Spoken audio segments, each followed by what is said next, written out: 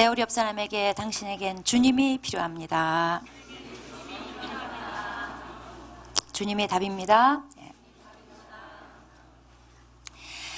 네, 오늘 말씀 사사기 8장 4절부터 21절까지입니다. 말씀이 좀 길어서 우리 나선채 형제님이 대독하도록 하겠습니다. 네.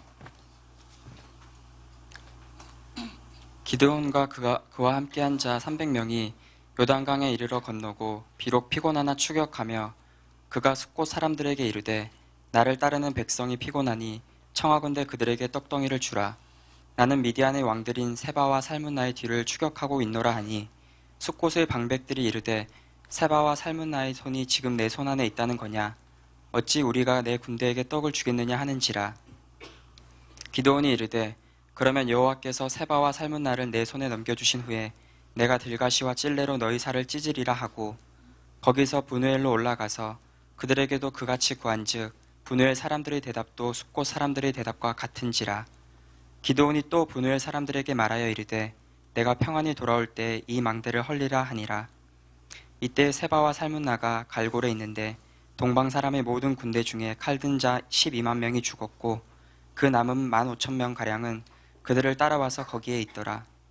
적군이 안심하고 있는 중에 기드온이 노바와 욕부와 동쪽 장막에 거주하는 자의 길로 올라가서 그 적진을 치니 세바와 살문나가 도망하는지라. 기드온이 그들의 뒤를 추격하여 미디안의 두 왕 세바와 살문나를 사로잡고 그 온 진영을 격파하니라.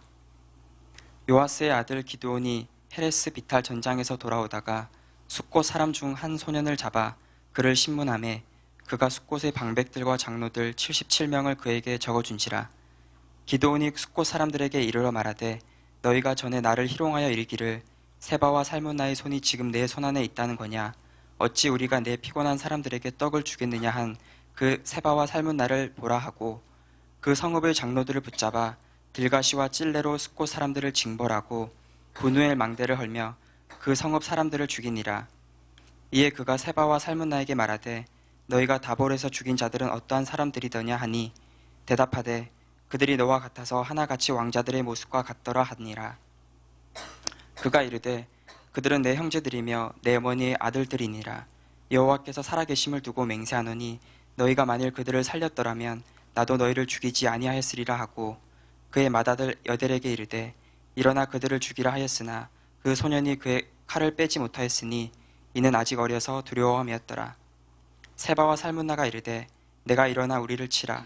사람이 어떠하면 그의 힘도 그러하니라 하니 기드온이 일어나 세바와 살문나를 죽이고 그들의 낙타목에 있던 초승달 장식들을 떼어서 가지니라. 네. 기드온이 도망치는 미디안 연합군을 끝까지 추격해서 마침내 그 연합군의 두 왕을 이제 생포해가지고 처형한다는 내용입니다. 오늘 이렇게 말씀 보면 숫곳, 브누엘, 세바, 살문나, 이게 인명인지 지명인지 이 외래어 가득한 본문 나올 때마다 저는 괜히 여러분들한테 미안해요. 네. 자, 기드온과 300명이, 그러니까 제가 지금부터 이제 내용을 제일 쉽게 여러분에게 먼저 좀 말씀을 좀 드리자면 이런 겁니다. 기드온과 300명의 용사가 요단강을 건넙니다. 미디안 대군은 격파해서 격파돼서 엄청난 사상자가 난 반면에 여호와의 군대는 한 명도 사상자가 나지 않았다는 얘기예요. 피곤했지만 이제 그들을 이제 추격했습니다. 그리고 이제 숫곳이라는 곳에 이르렀는데 여기는 요단강을 건너서, 요단강은 북남으로 흐르죠. 그래서 요단강 건넜다는 것은 요단강 동쪽이라는 얘기예요. 요단강 동쪽에 있는 어떤 성읍에 이르렀습니다. 기드온이 이제 그곳 사람들한테 지금 우리는 미디안 잔병들을 좀 추격하고 있는 중인데 먹을 걸 좀 우리 군사들에게 줬으면 좋겠다. 그러니까 거기 지도자들이 아니 너희가 그 왕들, 그러니까 연합군의 왕들입니다. 세바와 살문나 이 사람들 손이라도 지금 가지고 있다는 거냐. 즉 옛날에는 이제 전쟁에서 이기면 적군들의 손을 잘라서 과시하는 그런 풍습이 있었는데 그들의 손이라도 가지고 있단 말이냐, 뭐냐면은 그들을 죽이기라도 했다 이 말이냐, 왜 먹을 거를 너희들한테 줘야 되냐, 이러면서 딱 거절했어요. 기드온을 믿질 못한 거예요. 무시한 거죠. 그러니까 너희 뭐 믿고 우리가 먹을 걸 주겠냐, 그런 뜻이고, 또는 혹시라도 이 다음에 미디안군이 다시 살아가지고 돌아올 때 미디안한테 보복당할까 봐 두려워서 이제 거절을 했습니다. 그러니까 이제 기드온이 분개를 해요. 좋다. 내가 만약에 나중에 이기고 다시 돌아오면 너희들 들가시와 찔레로 살을 찢어버린다. 이게 고문하겠다는 건지 죽이겠다는 건지 모르겠는데 어쨌든 이렇게 엄포를 놔요. 그리고 이제 다른 곳으로 옮겼는데 거기가 이제 브누엘이에요. 거기서도 똑같은 일이 반복이 돼요. 냉담한 반응을 얻었습니다. 그러니까 기드온이 거기 가서는 내가 이제 전쟁에서 이기고 돌아오면 너네 망대 다 허물어 버린다. 이 망대라는 것은 성벽보다 조금 높이 쌓아가지고 이제 적군들 쳐들어오는지 이렇게 파수꾼들을 세우고 또 거기는 때로는 피난처로도 삼고 하여튼 그런 성벽보다 좀 높이 쌓아 올린 곳이죠. 그걸 헐어버리겠다는 거예요.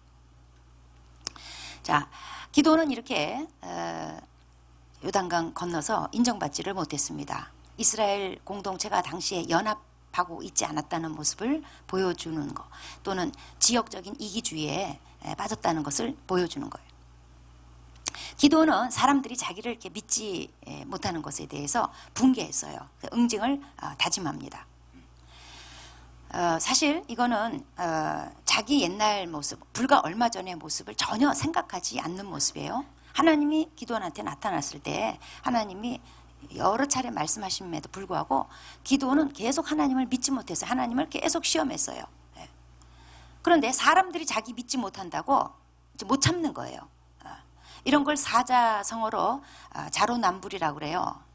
자기가 하면 로맨스, 남이 하면 불륜. 자기가 의심이 돼서 막 확인하는 건 괜찮고 남이 그러면 그건 불신이고, 자기는 아주 신중한 거고 남이 자기를 안 믿어주면 자기를 막 무시하는 거고, 사람들은 보통 그렇게 생각하죠. 기드온이 어쨌든 미디안 이제 두 왕을 막 추격해가지고 생포하는데 성공을 합니다. 이제 이때 그 10절에 보면은 이제 죽은 사람들 숫자가 나오는데 미디안 연합군은 이미 12만 명이 죽었고 남은 15,000명이 이제 요단강 건너로 갔던 거예요. 그들을 이제 추격하고 이제 격파를 했다는 겁니다. 그래서 도합 13만 5천이라는 숫자가 여기서 나오는 거예요. 이제 이렇게 다 이기고 이제 돌아오는데 이제 오다가 마침 옛날에 들렸던 숫꽃 사람 거기서 한 소년을 발견해요. 그래가지고 걔를 신문해가지고 그 숫꽃 사람들의 높은 사람들 명단을 확보를 합니다. 그리고 이제 숫꽃으로 돌아가서 그 사람들을 다 불러내가지고 자기가 말한 대로 살을 찢어요. 이게 꼬문인지 죽였는지는 모르겠으나. 그리고 이제 또 자기가 원한 맺혔던 곳이 또 한 곳 있죠. 브누엘. 글로 가요. 역시 응징해요. 본래는 그 사람들한테 망대를 허물어 버리겠다고 했는데 거기서 안 끝나고 거기는 사람들까지 주민들까지 다 학살해 버립니다. 그리고 이제 기드온은 돌아옵니다. 아마 자기 사는 곳으로 돌아온 것 같아요. 자기 아들이 등장하는 거 보니까. 그리고 이제는 그 연합군 두 왕을 처형하는 차례입니다. 그런데 이 두 왕을 처형하는 과정에서 이제 이들을 신문하면서 밝혀진 것이 뭐냐면 그 두 왕이 일전에 자기 형제들을 죽였다는 사실을 밝혀내요. 성경에 자세한 얘기는 안 나오지만 아마 이 두 왕이 옛날에 그 이스라엘 땅에 와서 대치할 때 이 두 왕이 아마 직접적으로 기드온의 형제들을 공개 처형했던 것 같아요.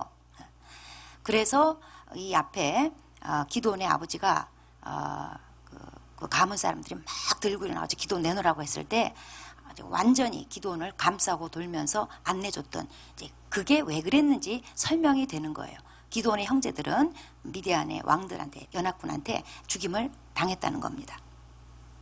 그래서 이제 기드온이 자기 맏아들한테 이 자들을 칼로 쳐 죽여라. 그런데 그 맏아들은 아직 어려서 이 칼을 빼기조차도 두려운 거예요. 사람을 못 죽여요. 그러니까 기드온이 직접 죽입니다. 그리고 거기서 안 끝나고 그 왕들이 가지고 있던 낙타, 목에 걸려있던 초승달 장식들을 떼서 살짝 가집니다. 이거는 사소해 보이지만 우상 숭배하는 물품을 취했다는 거, 이거는 뭔가 불길한 예감이 들게 하는 대목이에요. 기도는 사실 그동안 엄청난 하나님의 능력과 기적을 체험했습니다. 하지만 하나님 말씀에 대해서는 얼마나 무지하고 소홀한지 이걸 단적으로 보여주고 있는 거예요. 미디안한테 그동안 그토록 유린 당했던 것의 근본적인 원인이 뭐예요? 이스라엘 백성의 우상 숭배였어요. 그런데 그걸 깨닫지 못하고 미디안을 쳐부시고는 미디안의 우상 물품을 슬그머니 챙겼다는 거, 이건 앞뒤가 맞지 않는 하나님 말씀에 대해서, 그리고 이스라엘 백성의 불행에 대해서 근본 원인이 어디 있는지 깨닫지 못하고 있는 무지, 그리고 말씀에 대한 소홀함, 이거를 단적으로 보여주고 있는 거예요. 오늘 이 본문은 얼른 보면 기드온이 끝까지 미디안군을 추격해가지고 막 피곤하고 배고픈데도 사람들한테 무시를 당해가면서도 끝까지 추격해서 두 왕을 생포해가지고 처형한, 즉 기드온의 사명을 끝까지 충성되게 완수한 그런 인물로 읽혀질 수 있어요. 얼른 보면. 또 실제로 그렇게 해석하는 주석들도 많이 있습니다. 그런데 자세히 들여다보면 그게 아니에요. 이후에 기드온의 행적으로 볼 때 지금 기드온의 원정은 뭔가 좀 하나님 의도에서 벗어난 게 분명해 보여요. 그러니까 여호와의 전쟁은 끝났고 이제부터 기드온의 불필요한 전쟁이 시작되는 양상이에요. 사실 13만 5천이 쳐들어와 가지고 기드온이 순종함으로 인해서 단번에 12만 명을 대파시켰어요. 13만 5천이 쳐들어와서 단칼에 12만이 쓰러졌다, 죽었다. 이거는 다시는 이스라엘 얼씬도 못하게 할 충분한 이유가 돼요. 아마 하나님이 의도하셨던 전쟁은 여기까지였던 것 같아요. 그래서 그 사사기 8장에 나오는 이 기드온의 전쟁은 무슨 모양새냐면 여호와의 전쟁에서 기드온의 전쟁으로 변질된 양상이다 이 말이에요. 자, 기드온은 자신의 업적을 쌓으려는 야망이 있었던 것으로 보입니다. 자, 기드온이 이 두 왕을 잡으려고 다른 지파도 동원해봤고 또 자기가 직접 요단강을 넘어가면서까지 집요하게 추격을 했어요. 이거는 일찍이 하나님께서 약속하신 미디안 사람 치기를 한 사람 치듯 하리라, 이런 말씀하고는 좀 거리가 멀어 보이는 모습이에요. 자, 에브라임 지파가 미디안의 군대 지휘관의 2명의 목을 따왔어요. 자기는 지휘관 정도가 아니라 이제 이 미디안 연합군의 두 왕을 이제 생포하겠다는 야심이 있었던 것 같아요. 또 자기 아들한테 미디안의 두 왕을 잡아놓고 거기서 죽여봐라 이렇게 시키죠. 자기 아들을 이스라엘 백성들 앞에서 좀 높여주려고 하는, 그러니까 이 전쟁을 여호와의 전쟁이 아닌 자기 가족 일로 만들고 있는 거예요. 또 기드온이 지금 막 이렇게 요단강 건너서 추격하고 있는 모습, 그리고 두 왕을 사로잡아 와가지고 처리하는 모습을 보면 복수심이라는 사적 감정이 들어가 있는 것 같습니다. 이 기회에 한번 복수해보겠다는 거예요. 기도는 하나님의 공의를 집행하고 있는 게 아니라 야만적인 복수 행각을 서슴지 않고 행하고 있어요. 자기네들한테 먹을 거 주지 않았다고 이 숫곳 사람 그리고 브누엘 사람들한테 무참히 보복한 거, 이건 좀 하나님의 사람으로서 합당치 않은 거예요. 음식 주지 않았기로서니 사람을 죽인다. 이거는 폭군이나 하는 거예요. 모세 오경에도 눈에는 눈, 이에는 이 이렇게 딱 제한시켰어요. 보복한다 할지라도 딱 그 범위가 정해져 있어요. 그런데 음식 안 줬다고 사람을 무참히 죽이는 거, 이거는 이방 폭군들이나 하는 거예요. 그러니까 여기에 기드온의 사적 감정이 지금 들어갔다는 거죠.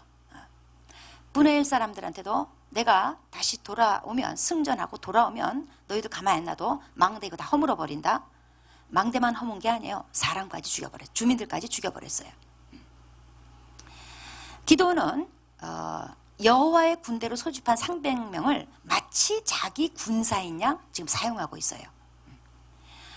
여호와의 군대를 모집해가지고 미디안을 죽이는 데 사용한 게 아니라 자기 백성을 죽이는 데 사용하고 있어요.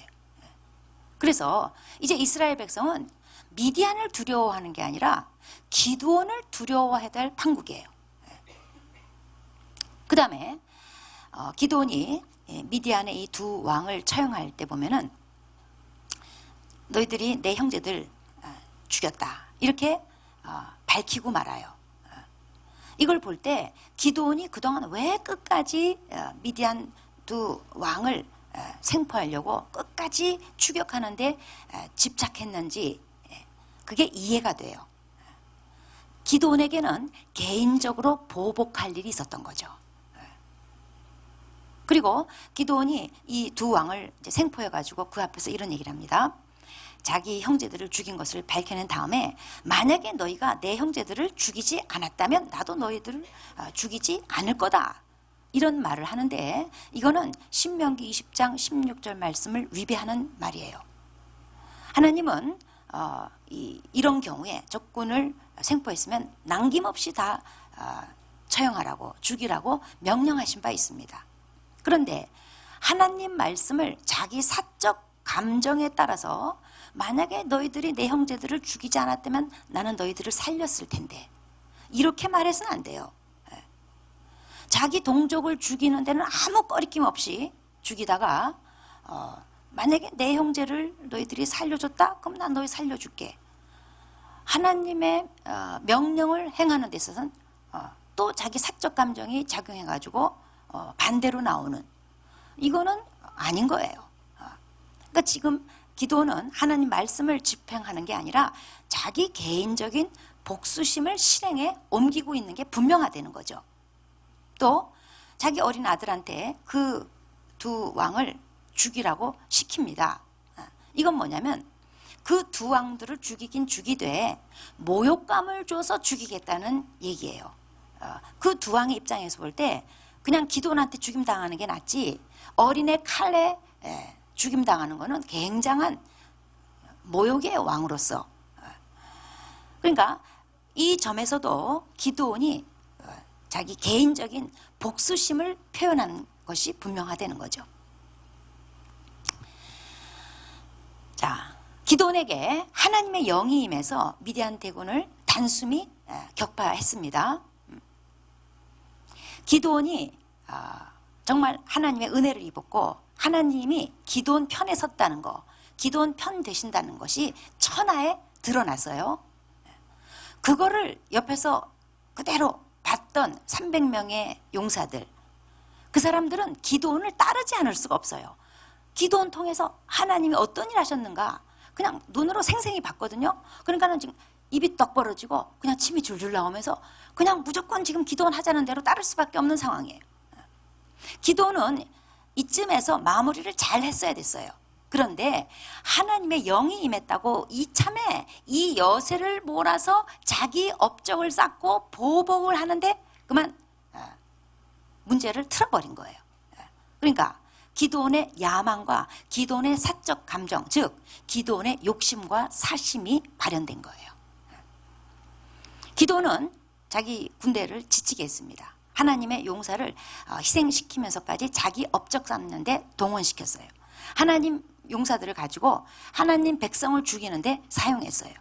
그러니까 하나님의 군대를 자기 군대처럼 사용한 거예요. 이렇게 공동체 지도자가 사사로운 욕심에 빠질 때 공동체를 피곤으로 몰아가고 또 개인 야망을 위해서 이용할 수도 있다는 것을 보여줍니다.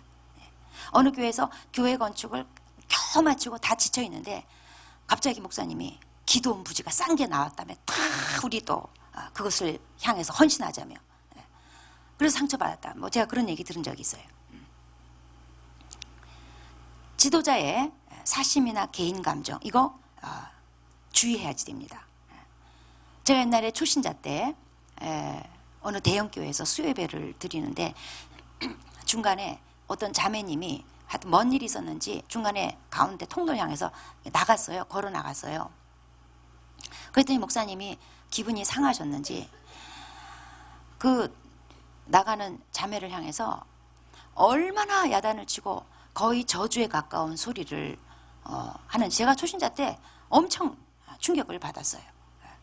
그때는 잘 몰랐는데 그때는 이거 좀 너무했다 싶은 정도였는데 이제 지금 와 생각해보니 그거는 지도자의 입장을 빌려서 사적 감정을 표출한 거예요. 지도자는 항상 이런 점에 주의를 해야지 돼요. 자, 기돈의 300용사가 기돈을 안 따라갈 수가 없는 상황이었습니다. 그때 분위기로는 모든 게 다 하나님의 일처럼 여겨져요. 기돈이 가자 그러면 그게 하나님 일처럼 여겨지는 거예요. 그 따라가는 용사들이 뭘 알겠습니까? 그러니까 지도자들을 위해서 그래서 기도해야 되는 거예요. 이 지도자들한테 사적인 욕심이나 사심이 끼면요 공동체가 피곤해져요. 따라가는 자는 잘못된 방향으로 갈 수밖에 없는 거예요. 그래서 디모데전서 2장 2절에 임금들과 높은 지위에 있는 모든 사람들을 위해 하라, 즉 중보하라 이 말이에요. 이는 우리가 모든 경건과 단정함으로 고요하고 평안한 생활을 하려 함이라 그랬어요. 우리 편하자고, 우리가 단정하고 고요하고 평안한 생활을 하기 위해서는 지도자들이 바로 서야지 돼요. 그들에게 욕심과 사심이 끼면 공동체가 피곤해져요. 그릇된 방향으로 갈 수밖에 없는 거예요. 그래서 여러분, 저를 위해서 기도하셔야 돼요. 저한테 욕심과 사심이 끼면요 제가 왼쪽으로 가자 그러면 가는 거지 뭐 어쩌겠어요.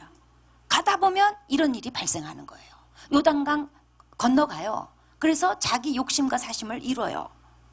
그래서 제가 욕심과 사심이 끼지 않도록 기도로 그냥 팍 막아야 돼 그냥. 항상 제가 정신 차릴 수 있도록 기도로 그냥 제가 깨어있을 수 있도록 여러분 도와주셔야지 되는 거예요. 지도자뿐이겠습니까? 우리 자신도 마찬가지예요. 하나님의 일한다 그러면서 비전과 야망을 구별할 줄 알아야 된다는 거예요. 우리가 기도하면서 구하는 것들이 있습니다.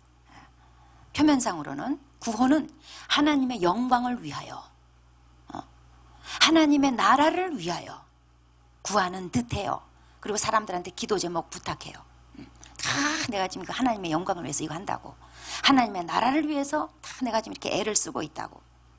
그런데 잘 들여다보면 자기 야망, 자기의 욕심과 사심이 거기에 섞여 있어요. 옛날에 어떤 목사, 이것도 역시 제가 초신자 때 어떤 목사님 하신 말씀 들은 건데, 어떤 다른 목사님이 명예 박사학위를 받은 거예요. 그래가지고 자기도 그게 사모가 되고 부러워서 하나님 앞에 주님 나도 이러면서 기도를 했대요. 그랬더니 하나님이 응답하셔가지고 자기도 명예 박사학위를 이번에 받게 됐다며 그런 간증을 하시는 것을 제가 들었어요. 자, 명예 박사학위 받고 그분이 하나님 앞에 더 명예로워졌을까요? 혹시 교만해져서 하나님의 명예를 가리게 되는 것은 아닐까요? 우리는 하나님의 영광을 위해서 구한다고, 하나님의 나라를 위해서 일한다고 하고, 그런데 보면요, 우리 속에 내 욕심과 사심이 껴 있어요. 이게 군살이며 이게 피하 지방이야. 이거 다이어트 해야 돼요. 하나님 말씀 앞에서 내 욕심과 사심으로 그걸 편집하려고 듭니다. 자의적인 해석을 하려고 듭니다. 자녀 양육할 때도 그래요. 하나님의 영광을 위해서 너는 잘 돼야 되느니라. 하나님의 영광을 위해서 너는 하나님의 나라를 위해서 이렇게 돼야 하느니라. 이렇게 하는데 보면 자기 욕심이며 자기 사심이야. 그래서 아이들이 상처받고 크고 저는 치유수양회 때마다 힘들어요.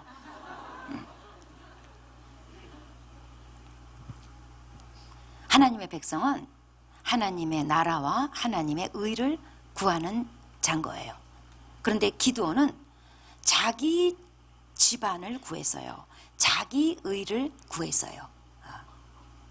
이 위험성이 우리에게도 있다는 것을 이 사사기 8장이 보여주고 있는 거예요. 예. 기드온의 이 욕심과 사심은 이미 기드온이 만들었던 전투 구호에도 나타나 있습니다. 이 앞에 7장 18절 여호와를 위하라 기드온을 위하라. 여기서 그 조짐이 보여요.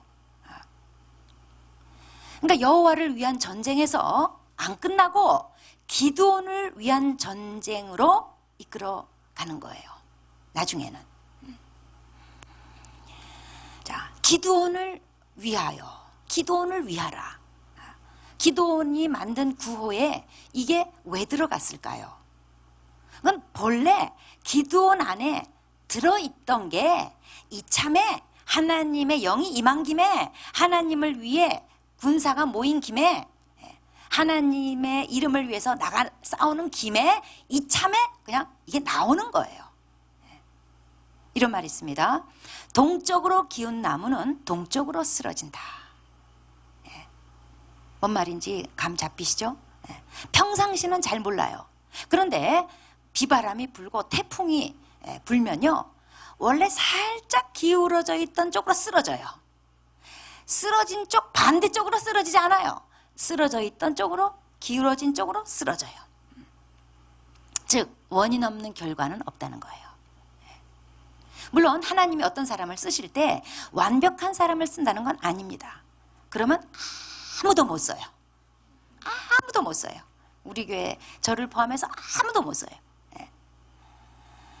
그렇지만 그에게 들어있던 것이 언젠가는 드러나게 돼 있다는 겁니다. 발람이 본래 돈에 약했어요. 그래서 결국 보면 돈에 끌려다녀요. 돈 준다니까 더 기도해보고, 그러다가 결국 이스라엘 칼에 죽어요. 그거는 발람은 그냥 자연사한 게 아니라 심판받아 죽었다는 뜻이에요. 그래서 우리는 평상시에 기도한 말씀으로 좌로나 우로나 치우치지 않았는지 살펴보면서 이걸 바로잡아야지 돼요. 조금이라도 기울어진 게 있다면, 기울어졌다는 것을 발견한다면 즉시 바로잡아야지 돼요. 예수님께서 오병이어 기적을 일으키고 난 다음에 사람들이 억지로 임금을 삼으려고 그랬대요. 억지로 임금 삼으려고 이런 분위기가 막 일어났어요. 그리고 성경은 어떻게 기록하고 있냐면 이때 예수님께서 이 생각을 아시고 사람들의 그 생각을 아시고 혼자 산으로 떠나셨다 그랬어요. 그 생각을 알 때 이건 유혹거리예요. 어차피 예수님은 왕이시지만 이 다음에 왕으로 오시지만 미리 해먹을까? 어차피 왕인데 이참에 그냥 할까? 알면 유혹이 돼요. 타협의 여지를 주지 말아야 돼요. 그래서 혼자 산으로 떠나신 거예요. 하나님의 얼굴을 구하러. 우리가 칭찬을 즐기고 있으면 넘어져요. 그래서 잠언은 칭찬은 사람을 시련케 한다고 그랬어요. 어려운 일만 우리를 시련케 하는 게 아니라 칭찬도 우리를 시련케 해요. 잘 된다, 잘 된다, 잘한다, 잘한다. 그때 넘어지는 거예요. 기도원 보세요. 지금 돌아가셨으니까 제가 말씀합니다만은 로버트 슐러 목사님이라고 유명한 목사님이 있었어요. 미국에. 작년에 돌아가셨는데 이분이 LA에 크리스탈 처치라고 하여튼 뭐 그냥 메가 처치죠. 그냥 뭐 그냥 초대형 교회를 일구신 목사님이세요. 이분은 적극적 사고방식이라는 그 유명한 슬로건으로 미국에서 떴어요. 방송 사역하시고 어마어마한 사람들을 모았습니다. 이분이 주창하시는 거, 이분이 쓴 책 제목들 보면요, 그냥 딱 이분의 영성이 드러나는데 책 제목들이 주로 이런 겁니다. 해피 마인드, 불가능은 없다, 나는 무슨 일이 있어도 행복하기를 원한다. 뭐 이런 책 제목 보면 딱 나오죠, 견적이. 그러니까는 수많은 사람들의 마음을 샀어요. 가지고 수많은 교인들이 모였고 재정이 모이고 그래가지고 그야말로 크리스탈 철치 막 유명한, 제가 옛날에 불신자였을 때도 그 교회 방송 설교를 그 AFK 틀으면은 나올 정도였어요. 자, 이분이 그런데 안타깝게도 이제 자기 아들한테 교회를 세습시켰습니다. 그런데 그 아들하고 갈등이 일어나가지고 그리고 아들이 결국 물러나고 딸 부부가 또 그 교회를 맡아요. 그러는 과정에서 교회 권력 다툼이 일어나고 이 목사님은 교회에서 쫓겨나고 그러면서 재정 어려워지고 그러면서 결국 이 교회가 경매에 나와가지고 카톨릭에서 샀어요. 네. 자, 이분이 적극적 사고방식 엄청 주장하고 행복, 불가능은 없다, 번영, 부자, 축복 이런 그 키워드로 엄청나게 큰 목회를 했습니다. 그런데 그쪽만 강조했지, 즉 그쪽으로 기울어져 있었던 거예요. 거룩에 대한 말은 없었어요. 결국 그 자랑스러웠던 교회 건물은 넘어가고 말년을 쓸쓸히 요양원에서 보내시다가 작년에 돌아가셨어요. 우리에게 이렇게 기울어진 면들이 있습니다. 그래서 여호수아는 좌로나 우로나 치우치지 말라고 그랬어요. 기울어지면 결국 그쪽으로 넘어집니다. 칭찬받을 때, 그리고 시련의 때에 동쪽으로 기울었으면 동쪽으로 넘어지고 서쪽으로 기울어졌으면 서쪽으로 넘어져요. 그래서 끊임없이 우리는 평상시에 기도와 말씀으로 우리의 기울어진 쪽이 무엇인지를 발견해내서 시련의 때를 대비해야지 됩니다. 좌로나 우로나 치우침 없이 바른 길 갑시다. 기도하겠습니다.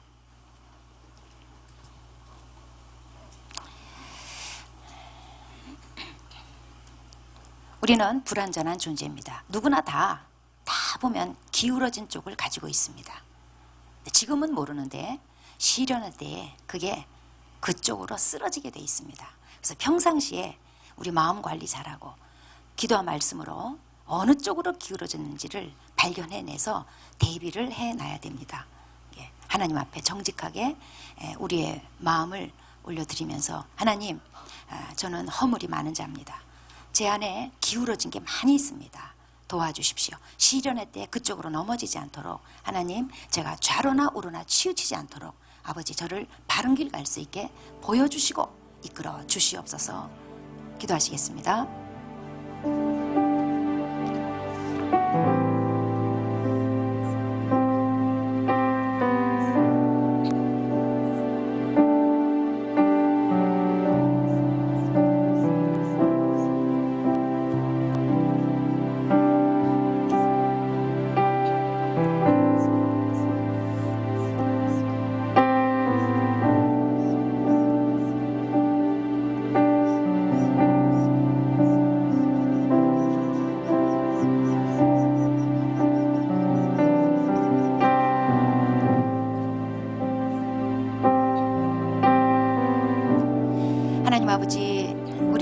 불완전한 존재입니다. 우리 속에 수많은 죄와 허물이 있습니다. 주님, 우리가 좌로도 치우쳐 있고 또 어떤 면은 우로도 치우쳐 있습니다. 주님, 우리가 그런 것을 바로잡지 않을 때 시련의 날에 반드시 그쪽으로 넘어짐을 보게 됩니다. 오늘 사사기 8장 기드온의 행태를 보면서 바로 이것이 우리에게 경고해 주고 있는 하나님 말씀인 것을 보게 됩니다. 하나님 아버지, 주님 말씀 앞에 우리가 정직하게 도와주십시오. 나의 치우친 면, 좌로나 우로나 치우쳐 있는, 기울어져 있는 모습들, 평상시에 우리가 기도와 말씀으로 그것을 바로잡아 놓게 도와주시고, 그래서 시련에 날 때 그쪽으로 넘어지지 않도록 저희의 마음과 생각을 지켜주시옵소서. 바른 길 갈 수 있게 도와주시옵소서. 예수님의 이름으로 기도합니다.